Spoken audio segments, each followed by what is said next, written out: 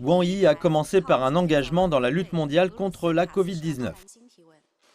Tout le monde est obligé d'aider ceux qui sont dans le besoin, même s'il ne reste qu'un seul cas d'infection.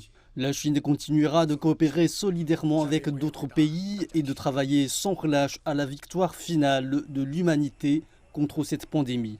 La Chine fournit maintenant une aide vaccinale gratuite à 69 pays en situation d'urgence et exporte vers 43 pays. Wang Yi a déclaré que jusqu'à 17 vaccins chinois avaient reçu ou reçoivent des tests cliniques. Il a ajouté que la Chine ferait don de vaccins aux casques bleus dans le monde ainsi qu'aux athlètes olympiques. La Chine s'oppose au nationalisme vaccinal et rejette toute fracture vaccinale ou toute tentative de politiser la coopération vaccinale. Wang a souligné le rôle de l'ONU dans le système international ainsi que le multilatéralisme ancré dans sa charte.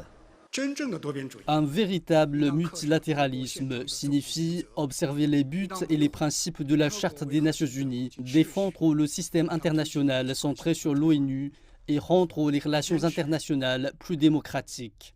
Cette année marque le 20e anniversaire de l'adhésion de la Chine à l'Organisation mondiale du commerce. Le ministre chinois des Affaires étrangères a déclaré que tous les pays et toutes les régions devraient rester attachés au principe de la coopération gagnant-gagnant et trouver ensemble des solutions.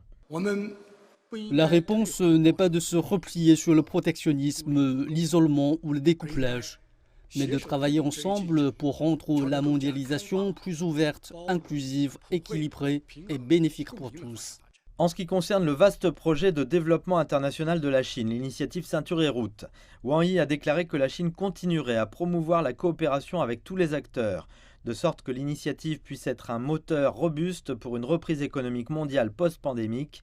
Il a fait l'éloge des liens avec la Russie, affirmant qu'ils se tenaient ensemble pour maintenir la paix et la stabilité dans le monde. Le Japon devrait accueillir les Jeux olympiques d'été plus tard cette année et la Chine les Jeux d'hiver en février prochain.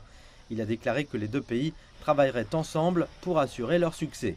Sur les relations de la Chine avec l'Inde, le ministre des Affaires étrangères a déclaré qu'il poursuivrait le développement et le rajeunissement ensemble. Et sur les États-Unis, Wang a souligné l'importance du dialogue. Ce qui importe le plus, c'est de gérer efficacement les différences et les désaccords par une communication franche afin d'éviter les erreurs de calcul stratégique et d'éviter les conflits et les affrontements. Interrogé sur la situation actuelle à Hong Kong, Wang Yi a déclaré que l'amélioration du système électoral de la région était une affaire intérieure et qu'il s'agissait de s'assurer que les patriotes administrent Hong Kong. Sur Taïwan, il a dit que les deux côtés seraient sûrement réunis et que c'était la volonté collective de toute la nation chinoise. Et il a appelé à des vues véridiques et objectives sur les questions liées aux régions autonomes du Xinjiang et du Tibet. J'espère que lorsqu'ils feront des reportages sur la Chine, les journalistes étrangers n'appliqueront aucun filtre à leur appareil photo, ni vers plus de beauté, ni vers plus de morosité. Des reportages véridiques, objectifs et justes séduisent toujours plus les gens et peuvent résister à l'examen minutieux de l'histoire.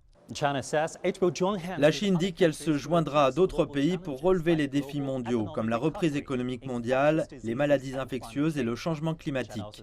La Chine dit également qu'elle continuera à poursuivre la politique d'ouverture et de coopération et à promouvoir la construction d'un nouveau type de relations internationales avec un avenir commun pour l'humanité.